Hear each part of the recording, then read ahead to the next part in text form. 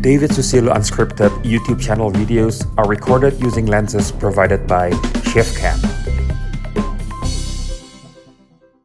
Alright, now this is my Christmas present from my wife to me. Not the dog, but the box behind her. It's the JVC DLA RS3200.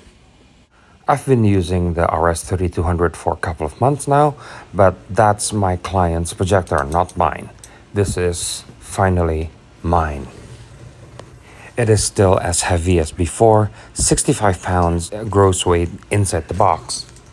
As usual from year to year, once you open the box, you see an accessories box, and within the accessories box, you will find the power cable, IEC, and the remote with battery and instructions manual. No? Not funny anymore?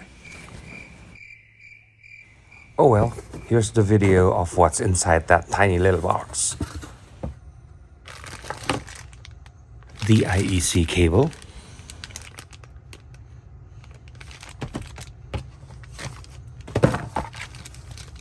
The remote control that I can never ever forgive JVC, replacing the old remote with the newer remote. The older remote is just simply better. There's a warranty card here. The RS3200 comes with 5 years warranty. And of course, the most important thing of them all, instructions manual. As usual, it comes in multiple languages. And of course, 2 AAA batteries to power the remote control. Here it is, the projector itself. Be very careful in handling the projectors. It's very slippery.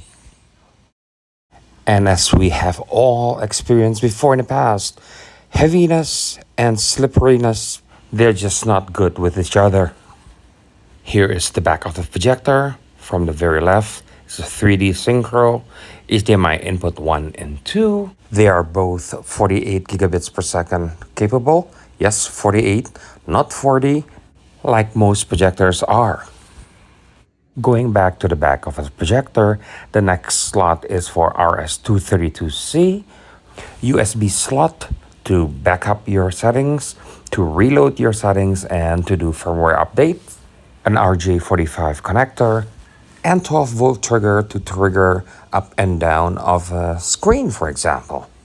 There are also projector controls on the projector itself, although I don't really know who's going to be using that. So with great difficulty, my fault, not JVC's fault, I installed the JVC RS3200 on top of my SKB racks and ensure that the projector is straight levels for X, Y, and Z axes. And thanks to motorized lens for both zoom, shift, and focus, I managed to create presets for 16:9, 17:9, 21:9 Univision 2:1 ratio that's used a lot by Netflix and Amazon Prime. But David, you're using Kaleidoscope and physical media.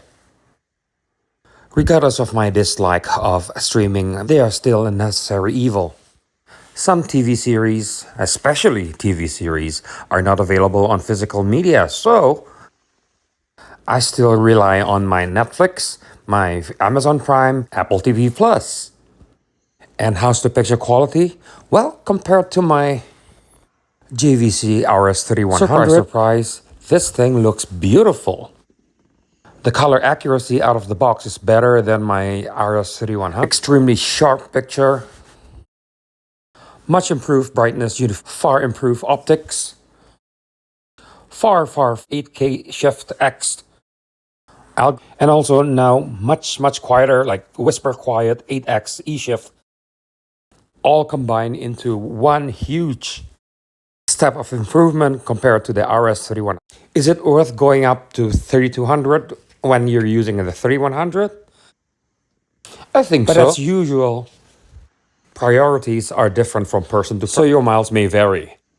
But if you come from any other projector below 30K, or even JVC RS300, upgrade to RS3200, or also called NZ800, it's a definite must.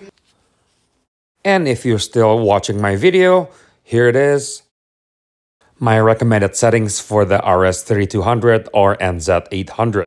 As usual, a disclaimer, this is my preference and not a reference. If you need something that's accurate and reference, you need to hire a professional calibrator such as myself. And also to remind everyone, I use my projector in a completely zero light. And for the screen, I use Stewart Film Screen Studio Tech 1/3 with a gain of 1.3.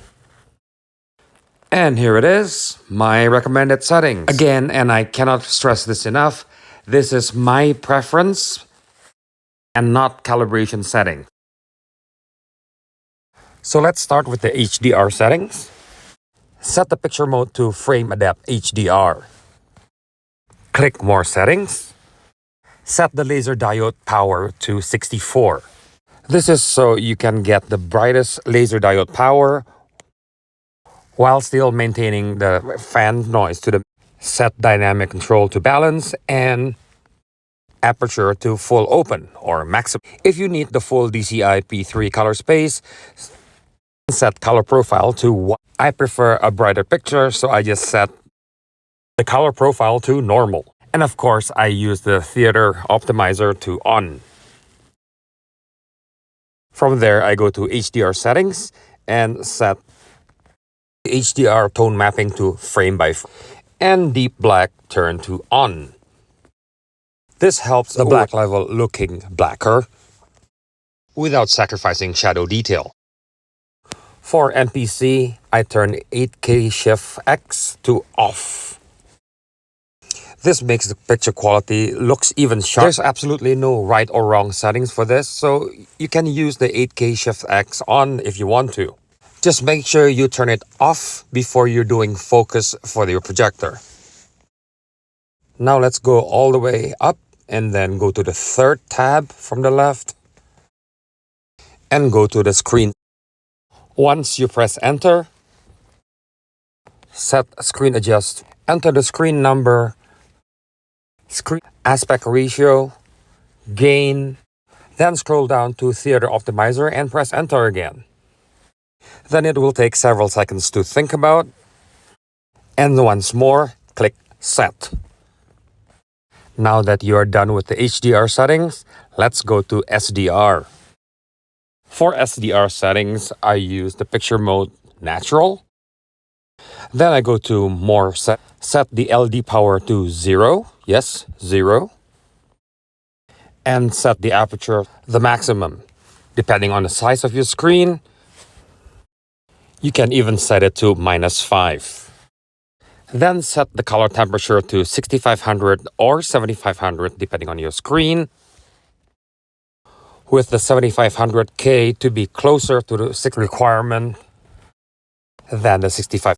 You can choose whether you want to use 2.2 gamma or 2.4, but I'd rather comply to the BBC reference monitor gamma, which is 2.36. Once again, I just run my projector at 4K native as opposed to 8K shift.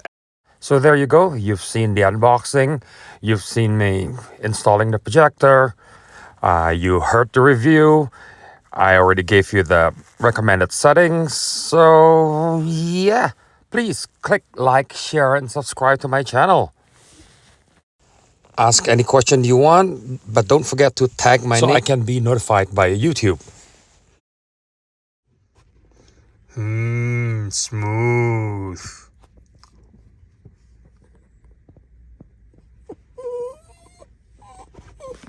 Really? You want food? You want food? Yeah, you want food.